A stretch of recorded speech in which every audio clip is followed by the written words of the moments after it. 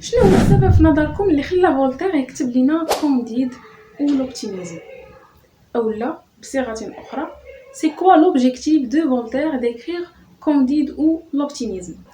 هذا واحد السؤال اللي ممكن ووارد جدا انه يتطرح عليكم في الامتحان، سواء الامتحانات اللي كدوزو في القسم اولا الامتحان اللي غادي يلقاو صحاب الثانيه بكالوريا باك احرار في الاخر ديال العام.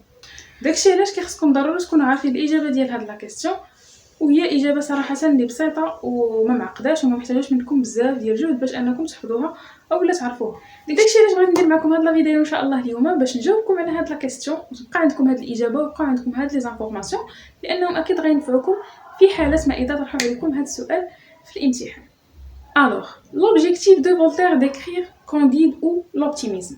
او السبب اللي خلى فولتير اللي هو الكاتب يكتب لنا هاد لو كونت فيلوزوفيك ديال كونديد او لوبتيميزم.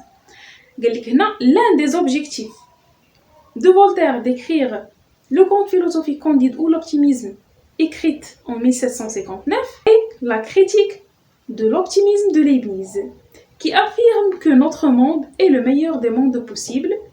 Pour dénoncer cette conception, Voltaire ménage des rencontres et des voyages en son héros, Candide, qui va au paradis illusoire du château du Tandurtantranch, passant par les pays d'Eldorado, où il va découvrir que le bonheur de l'homme est aussi à construire. Il doit aussi améliorer ses conditions et ne pas considérer comme être vivant ou bien comme vivant déjà dans le meilleur des mondes possibles. Alors, n'empêchez pas, ما تخلعوا ما تدهشوا ما تخافوا، غادي نشرح لكم كلشي بالديتاي. قال لك هنا لوبجيكتيف او الهدف ديال فولتير باش انه يكتب لنا كونديد او لوبتيميزم، هاد الكونت فيلوزوفيك اللي تكتب في 1759 هو لا كريتيك اول حاجه ديال لوبتيميزم دو ليبنيز، هو النقد ديال التفاؤل ديال ليبنيز هو واحد الفيلسوف اللي ديجا تكلمنا عليه با مال دو فوا في شحال من فيديو. هو واحد الفيلسوف اللي كيامن بزاف بالتفاؤل اولا بالفلسفه التفاؤليه. هنا فولتير باغي ينتقد لنا هذيك الفلسفه ديال هذا السيد هذا اللي سميتو ليبنيز.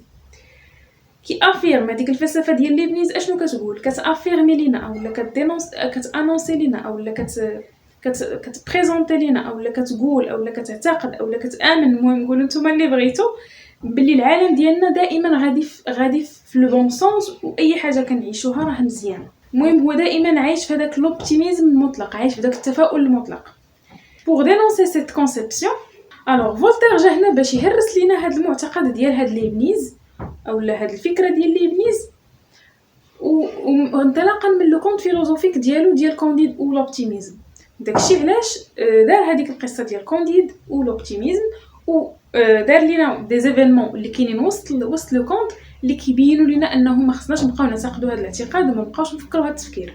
انطلاقا من هذاك لو فواياج اللي كيمر به البيرسوناج برينسيبال اللي هو كونديد اللي كيكون نورمالمون في لو بارادي إلوزوار كيف كنقولوا في الجنه في تاندرتانتروخ، كيكون كيعيش في الاول مزيان حتى واحد شويه كيدوز من بزاف ديال الصعاب من بزاف ديال المخاطر وكيجي كيديكوفري اولا يكتشف انه لو بونور ديال الرجل اولا ديال الانسان عامه اي اوسي ا كونستروير، ماشي غير حنا كنلقاوه، كيخصنا حنا نمشيو نقلبوا عليه، حنا نبحثوا عليه، ماشي هي كيجي وكيهبط علينا، خصنا حنا نمشيو نقلبوا عليه ونمشيو عنده.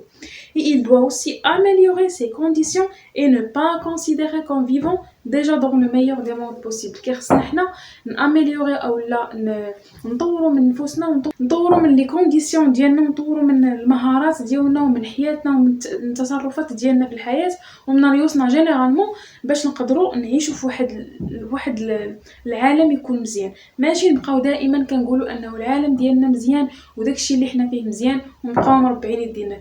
كيخصنا حنا نبحثوا وحنا نقلبوا وحنا نمشيو فيغ هذاك لو بون موند. هذا هو لوبجيكتيف ديال فولتير كيف قلت لكم، انه يدينونسي او انه يكريتيكي لنا المعتقد او الفكره اللي جا بها لو فيلوزوف ليبنيز اللي هي الفلسفه التفاؤليه المطلقه او فلسفه التفاؤل او لا فيلوزوفي دو لوبتيميزم اللي كيف قلت لكم مطلقه، يعني ما فيهاش حدود وما فيهاش شي حاجه اللي خايبه، كلشي غادي مزيان كلشي مزيان كلشي مزيان.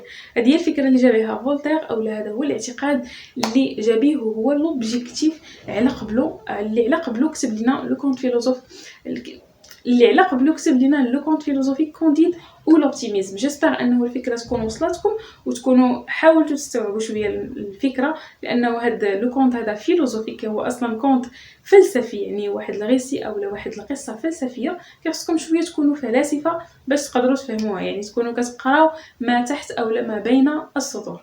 هادشي اللي كاين بالنسبه لافيديو ديال اليوم. جيسبر ان الفكره تكون وصلتكم. غنخلي لكم توجور الكتابه في الاخر ديال لا فيديو باش ديروا سكرين شوت.